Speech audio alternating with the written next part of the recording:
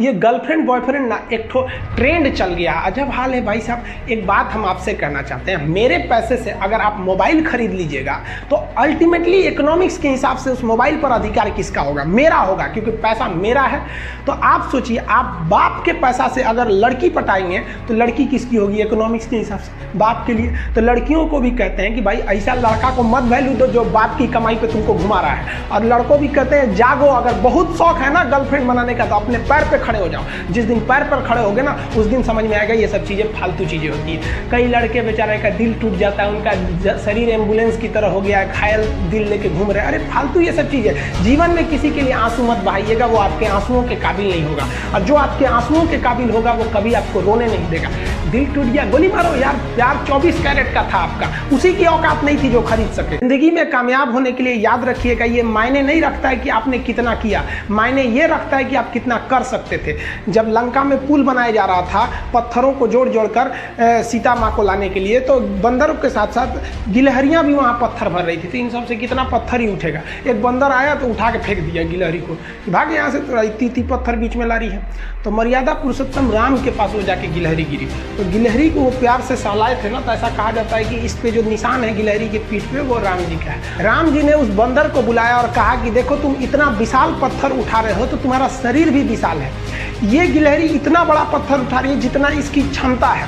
तो आप अगर कामयाब होना चाहते हैं तो आप ये मत सोचिए कि आप हमने आज 8 घंटे पढ़ लिए या 8 घंटा हम मेहनत किए। आप ये सोचिए कि आप कितना कर सकते थे। और देखिए, जो सपने देखते हैं उनके लिए तो पूरी रात छोटी पड़ जाती है, और सपने पूरे करने वाले के लिए पूरा दिन छोटा पड़ जाता है। अगर आपके अंदर जिम्मेदारी है ना, तो आप यकीन मानिए आप चैन से सो नहीं पाएंगे।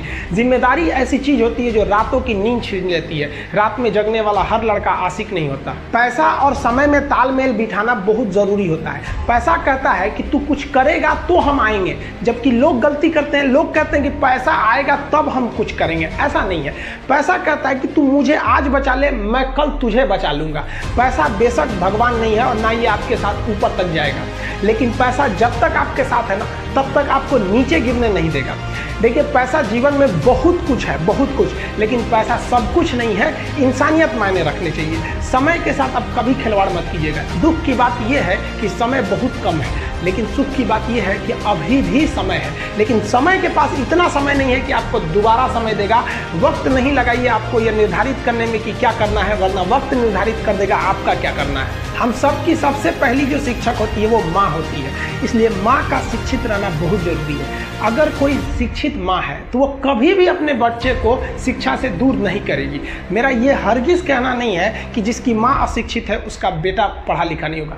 मेरी माँ आज भी अनपढ़ है, आज भी उससे 1 रोटी मांगते हैं ना तो वो 2 रोटी दे देती है। दुनिया की सबसे अच्छा अलार्म जो होता है वो माँ होती है। आप कहिएगा सुबह 7 बजे उठाने के लिए, वो आपको 6 बजे ही उठा देगी और कहेगी बेटा 8 बज गया आपको। इस दुनिया में आपको सबसे बेहतरीन ढंग से जानती है कोई तो आपकी माँ। वो और दुनिया से आपको 9 महीने पहले से जान रही होती है। कहा जाता है कि मेरे नसीब में एक भी गम ना होता अगर मेरी तकदीर लिखने का हक मेरी माँ को मिला होता है। माँ बचपन से पाल के बड़ी होती है। आइए यही ना है छोटका, बड़ा होके क्या बोलेगा? My wife my life. गजब बबुआ गजब। इतना उम्र पे छोड़ दी रहती माई ना तो कुत्ता नोच के खा गया रहता। बड़ा होके कहेगा माई वाइफ माई लाइफ। कभी भी माँ बाप से आप ऊंचे आवाज़ में बात नहीं कीजिएगा, वरना आपको शिक्षित कहलाने का कोई अधिकार नहीं है। और बाप जो होता है ना बड़ा खुददार इंसान होता है, कभी बोल नहीं पाता है। माँ तो बोल भी देती है ना, बाप बोल नहीं पाता है। जेब खाली रहने के बावजूद मैंने बाप को कभी ना कहते नहीं देखा। इस दुनिया में बाप से रईस इंसान मैंने नहीं देखा। देखते होंगे कुछ लोग आपके गलत बात का भी जवाब नहीं दे पाते हैं। तो जवाब देने भाई साहब सबको आता है। बीच में माँ बाप का संस्कार चला आता है, और संस्कार बहुत चीज़ होती है। संस्कार यदि आपके अंदर है तो सब कुछ हारने के बाद भी आप जीत सकते हैं, और अगर संस्कार की जगह अहंकार आ गया ना तो जीता हुआ भी चीज़ों को हार सकते हैं।